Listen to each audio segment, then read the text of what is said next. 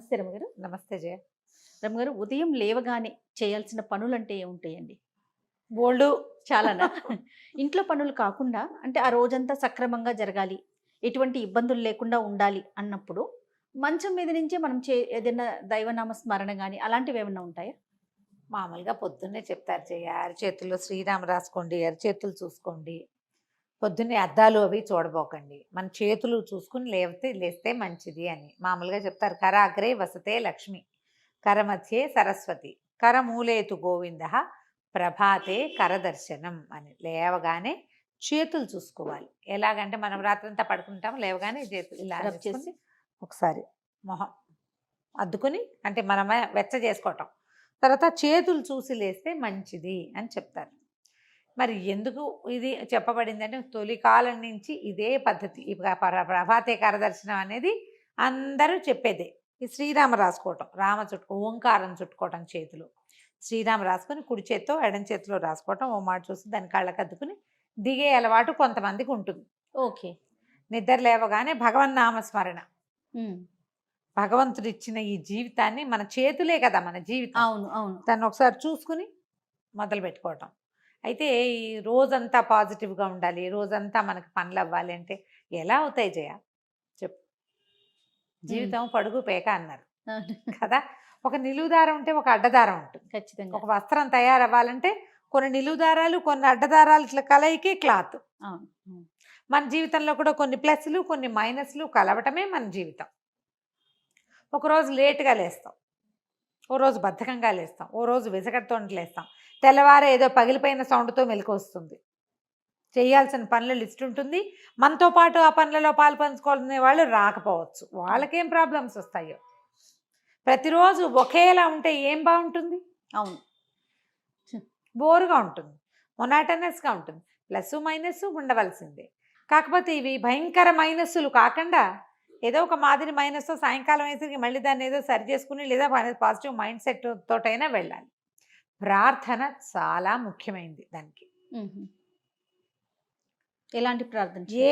ఏ తరహాదైనా సరే, మన ఇష్టదైవం ఒక్కొక్క స్వరూపం ఒక్కొక్కళ్ళని ఆకర్షిస్తుంది. భగవంతుడిని ప్రార్థించుకోవటం. పొద్దున్న ఏదో మామూలుగా అందరూ బ్రష్ చేసుకుంటాం, కాఫీలో టీలో పాలు పదస్వం ఏవో తాగుతాం, తర్వాత పనులలోకి దిగుతాం. పిల్ల జల్లని చూడాలి, ఆడవాళ్ళు అయితే పిల్లల్ని చూడాలి, భర్తలను చూడాలి, పని మనిషి వస్తుంది, వాకిట్లో కూరలు వస్తాయి, లేదా మనం బాక్సులు పెట్టాలి, లంచ్ బాక్సులు పెట్టాలి. ఈ వ్యవహారం అంతా నడుస్తూ ఉంటుంది. ఇదంతా ఎలా ఉంటుందంటే ఒక డ్రామాలాగా వెళ్తుంది. అంతే. కొత్త కొత్త పాత్రలు ప్రవేశిస్తుండే, రెగ్యులర్గా వచ్చే పాత్రలు కొని కొత్త పాత్రలు ఎప్పుడైనా మధ్యలో వస్తూ ఉంటాయి. ఈ మొత్తం డ్రామాలో ఏంటంటే మనం ఒక పాజిటివ్ మైండ్ సెట్ తోటి కనుక వెళ్తే పనులు బాగా అవుతాయి. దీనికి మనం తొందరగా పొద్దున్నే స్నానం చేసేసామనుకో, ఏదో కృష్ణారామ అనుకోవచ్చు కదా. అవును. కొన్ని ప్రార్థనలకి స్నానం అవసరం లేదని భావిస్తారు, వాళ్ళ ఇష్టం. కానీ హిందూస్కి భగవత్ ప్రార్థన అంటే స్నానం ముఖ్యం. అవును. స్నానం చేయకుండా అసలు మనం పూజ గదిలోకి కూడా వెళ్ళాం. సరే, పొద్దున్నే స్నానం చేస్తే దీపారాధన చేసుకుని ఒక అగరవత్తి వెలిగించుకుని, ఒక అలవాటు లేదు, దీపారాధన లేవు, అగరవత్తులు లేవు, ఏదో కృష్ణారామ కనితే గోవింద మధుసూదన అనుకుంటాం. ఎవరికి ఏది అలవాటు ఉంటే అది. ప్రధానంగా రాముడిని తలుచుకోండి, రోజంతా బాగుంటుంది, పాజిటివ్ ఎనర్జీ ఉంటుంది అంటారు. రాముడే కాదు, కృష్ణుడిని తలుచుకునే వాళ్ళు ఉంటారు. భగవద్గీతలో ఒక శ్లోకం తీసుకోవచ్చు. నరసింహస్వామిని తలుచుకునే వాళ్ళు అంటారు, లక్ష్మీదేవిని తలుచుకునే వాళ్ళు, పార్వతీదేవిని, లలితాదేవిని, శివానందలహరి, సౌందర్యలహరి, లలితా సహస్రనామం, విష్ణు సహస్రనామం, రామాయణం, భగవద్గీత, భాగవతమో ఏదో ఒకటి తీసుకోవచ్చు కదా. మీ మనసు ఎక్కడ సొలేషన్ పొందుతోందో, మీరు ఏ స్వరూపాన్ని తలుచుకుంటే మీకు ఒక పాజిటివ్ ఎనర్జీ నిండిపోయినట్లు అనిపిస్తుందో, ఏ శ్లోకం చదివితే, ఏ పద్యం పాడుకుంటే, ఏ పాట పాడుకుంటే మీకు మనసమాధానంగా ఉంటుందో అదొక్కటి సెలెక్ట్ చేసుకోండి. ఇవన్నీ చదువుకునే వాళ్ళు, రోజంతా పూజా విధానంలో ఉండేవాళ్ళు, పొద్దున గంటన్నర పూజ చేసుకునే వాళ్ళు, సాంఘంగా నిత్యగౌరీ పూజా విధానం చేసుకునే వాళ్ళు ఉంటారు. వాళ్ళు అవన్నీ చేసుకునే వాళ్ళు చేసుకుంటారు. చేసుకోలేని వాళ్ళు ఏదైనా ఒక్క శ్లోకం తీసుకోండి. ఈ శ్లోకాలకి పెద్దది తీసుకున్నాం అనుకోండి, చదవలేకపోతారు. చిన్న శ్లోకం తీసుకోండి, నెంబర్ ఆఫ్ టైమ్స్ చదవండి. ప్రఖ్యాతమైన శ్లోకాలు తీసుకుంటే తప్పులు పడకుండా ఉంటాయి. అంటే ఇప్పుడు మీరు అవన్నీ చేసేవాళ్ళు సరే మీరు ఇలా చెప్తున్నారు కదా, కొంతమంది నెగిటివ్ గా రెస్పాండ్ అవుతున్నారు రమ్మగారు నేను అని చెప్పి. అంటాను.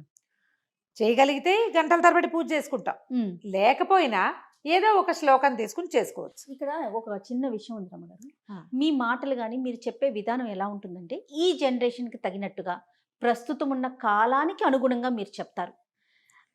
ఇదే చేయాలి, ఇది చేస్తేనే మనకు బ్రహ్మాండం బద్దలైపోతుంది లాగా కాకుండా మీకు ఏది దొరికితే చేస్తే సంతోషం, చేయకపోతే మీరు ఏది చేయగలరో ఎంతవరకు చేయగలరో నియమంతో నిబద్ధతతో చేయమని చెప్తారు కదా. నేను లాస్ట్ టైం మనం ఒక వీడియో చేసాం రమ్మగారు బ్రహ్మముహూర్తం గురించి. దాంట్లో కూడా మీరు మాట్లాడారు, మనం చేయగలిగితే చాలా సంతోషం, చేయలేకపోతే దానికి ఒక పరిష్కారం కింద మాట్లాడారు కదా. అట్లా ఎట్లా చెప్తారు? బ్రహ్మముహూర్తం అనేది చాలా విలువైంది కదా అని నేను కొన్ని కామెంట్స్ కూడా చూశానండి. మీతో డిస్కస్ చేద్దాం అనుకున్న సందర్భంలో అడుగుతూ ఉన్నాను అనమాట. ఇప్పుడు చేయలేరు, చేయగలరు, రెండు కోణాలు ఉంటాయి కదండి. అంటే ఇప్పుడు ప్రతిసారి జయ మీరు నెగిటివ్ పార్టే విని మీకు కోపం వచ్చింది అనుకో, మీరు పాజిటివ్ పార్ట్ వినరు. మీరు మహాద్భుతమైన కార్తీక పురాణం చెప్తా నెలంతా ఉపవాసం ఉండండి, లేదా 4 వారాలు ఉపవాసం ఉండండి, ఓ పౌర్ణమి 2 ఏకాదశులు ఉండండి, లేదా ఒక్క ఏకాదశి ఉండండి, లేదా ఒక్క పౌర్ణమి ఉండండి, లేదా ఒక్క సోమవారం అయినా ఉపవాసం ఉండండి అంటారు. ఏమి 30 రోజుల నుంచి ఒక సోమవారంలోకి తెచ్చాడు కార్తీక పురాణకర్త? అదే కదా వ్యాస భగవానుడు రాసిన కార్తీక పురాణం కదా. ఆయన చెప్పాడు, ఎవరెవరెవరో చెప్పుకున్నారు ఒకళ్ళతోటి ఒకళ్ళు. సూత మహాముని చెప్పాడు, పరమేశ్వరుడు పార్వతీదేవితో చెప్పాడు. వీళ్ళందరూ ఎందుకు ఇది చెప్పారు? మానేయమని చెప్పామా? ఎక్కడ కూడా మనం అసలు అలాంటి. పైగా ఇప్పుడు నువ్వు రోజు లలితా శాస్త్రం చదువు, నీకు పాజిటివ్ ఎనర్జీ వస్తుంది అని చెప్తాను నేను. నువ్వు చదవగలవా జయ? గుండెల మీద చేసుకుని చెప్పు.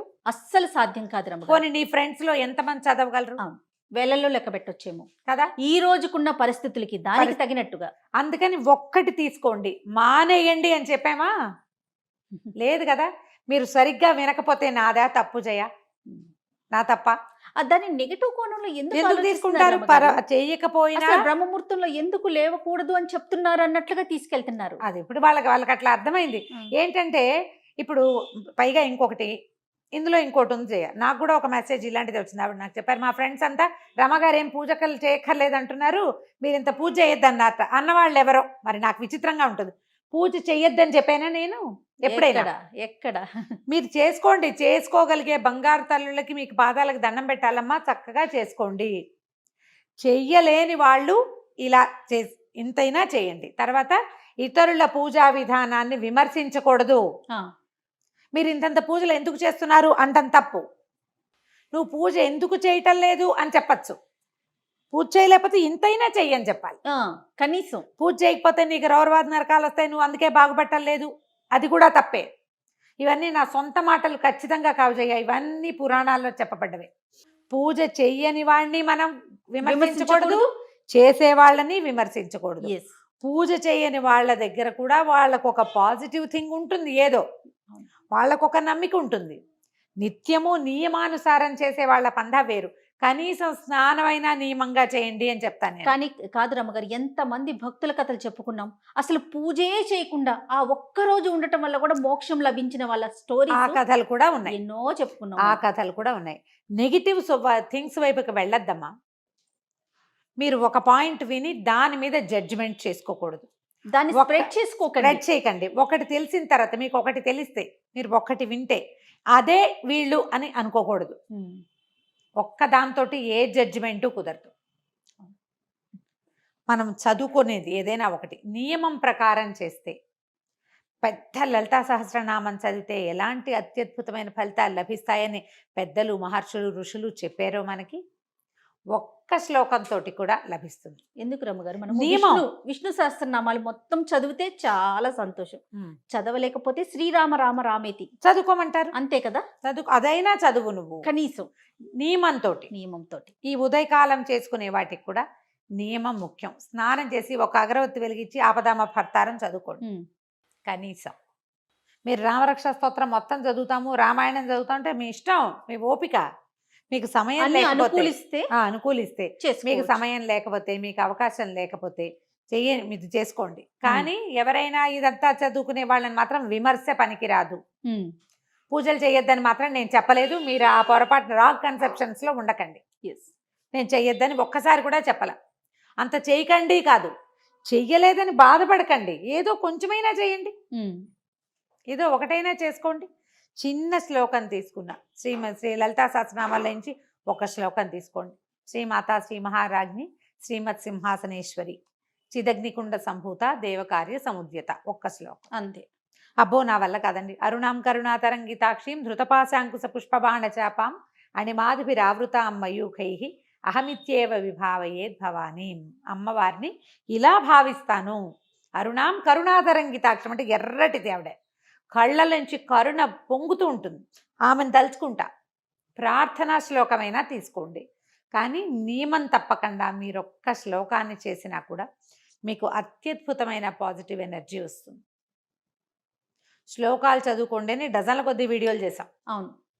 ఒక్క శ్లోకం, సంస్కృత శ్లోకం ఏంటంటే వాటిలో ఆ శబ్దాల్లో ఉన్న పాజిటివ్ ఎనర్జీ అది మీతో పాటు ఉంటుంది. అక్షర దోషం మాత్రం ఉండకూడదు కదా ఉండద్దు. రమ్మగారు? తప్పులు లేకుండా చేసుకుంటే ఏంటంటే ఎనర్జీ ఫుల్ఫిల్డ్గా దొరుకుతుంది మనకి. మీ భావం కరెక్టే, అమ్మవారిని పూజించాలన్న భావం వరకు ఓకే. వాచాదోషం కూడా లేకపోతే ఆ వైబ్రేషన్స్ వల్ల వచ్చే పాజిటివ్ ఎనర్జీ మనతో పూర్తిగా పాటు మనకు ఉంటుంది. వస్తుంది. నేర్చుకోండి, మనకు అవకాశం ఉంది, ఇంటర్నెట్ నిండా ఉన్నాయి చక్కగా. పెద్ద పెద్దవి తీయద్దు, చిన్నవైనా తీసుకోండి, 5 శ్లోకాలు తీసుకోండి, అది మాత్రమైనా చదువుకోవచ్చు కదా.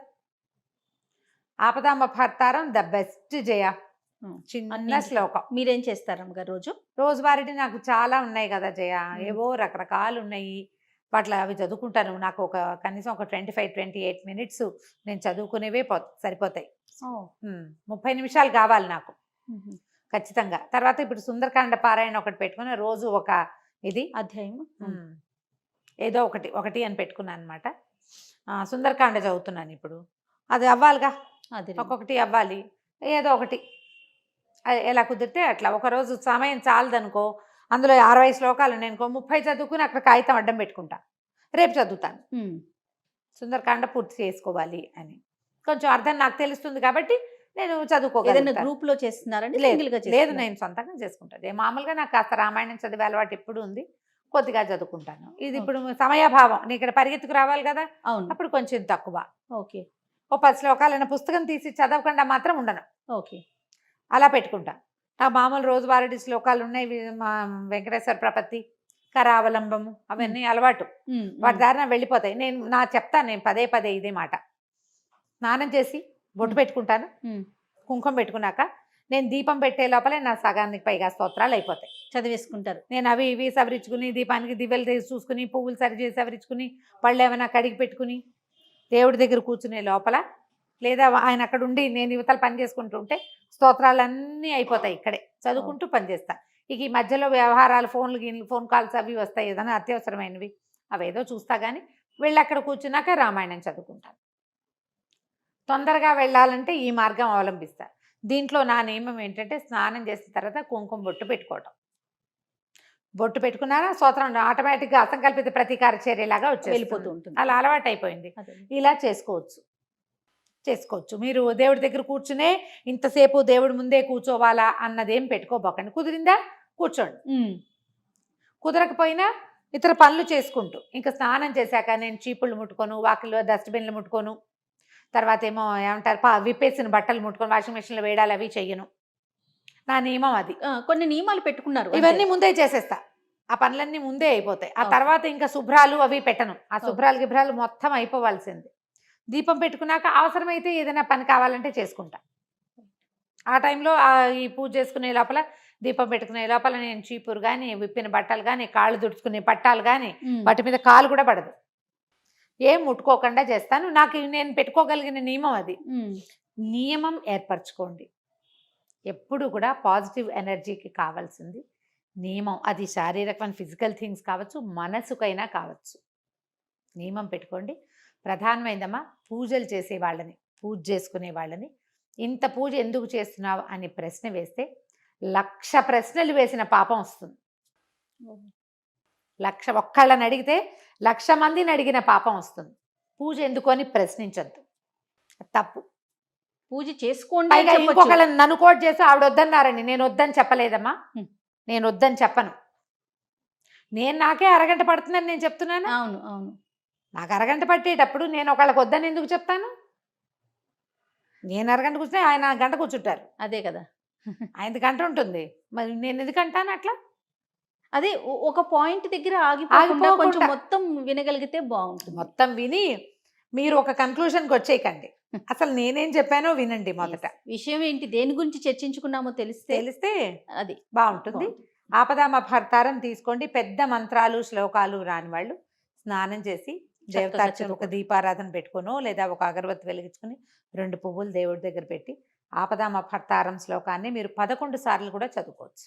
ఓకే. మీకు ఇంకా ఏదైనా కుదిరితే అది. మనకేంటంటే సాధారణంగా చెప్తారు జయ, కాస్త డబ్బులు ఇబ్బందులు ఉన్నాయి, ఉద్యోగంలో సెటిల్ అవ్వలేదు, అలాంటప్పుడు కనకధారాస్తవం చదువుకోమంటారు పెద్దవాళ్ళు. కనకధారాస్తవం చదువుకోవచ్చు. మీకు అన్నిటికీ భయంగా ఉంది, టెన్షన్ ఫీల్ అవుతున్నారు, అప్పుడు దుర్గా సప్తశ్లోకి చదువుకోమంటారు.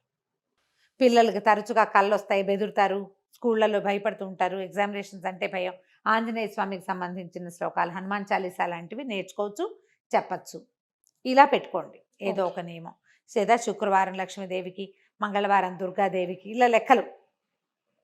ఇలా సోమవారం శివుడు, మంగళవారం దుర్గాదేవి, బుధవారం వినాయకుడు, ఓకే, గురువారం దత్తాత్రేయ స్వామికి సంబంధించినవి ఏదైనా, శుక్రవారం లక్ష్మీదేవికి సంబంధించింది, శనివారం వెంకటేశ్వర స్వామి, ఆదివారం సూర్యుడు. ఇలా పెట్టుకునైనా చదువుకోవచ్చు. వీటన్నిటికీ మళ్ళీ పెద్ద పెద్ద స్తోత్రాలే అక్కర్లేదు. శ్లోకాలు ఒక్క శ్లోకం తీసుకున్నా ఆ రోజంతా అది మనన చేసుకోండి. ఖాళీగా ఉన్నప్పుడు మీకు పాజిటివ్ ఎనర్జీ మీతో పాటే ఉంటుంది. తప్పకుండా అండి. నమస్తే. నమస్తే.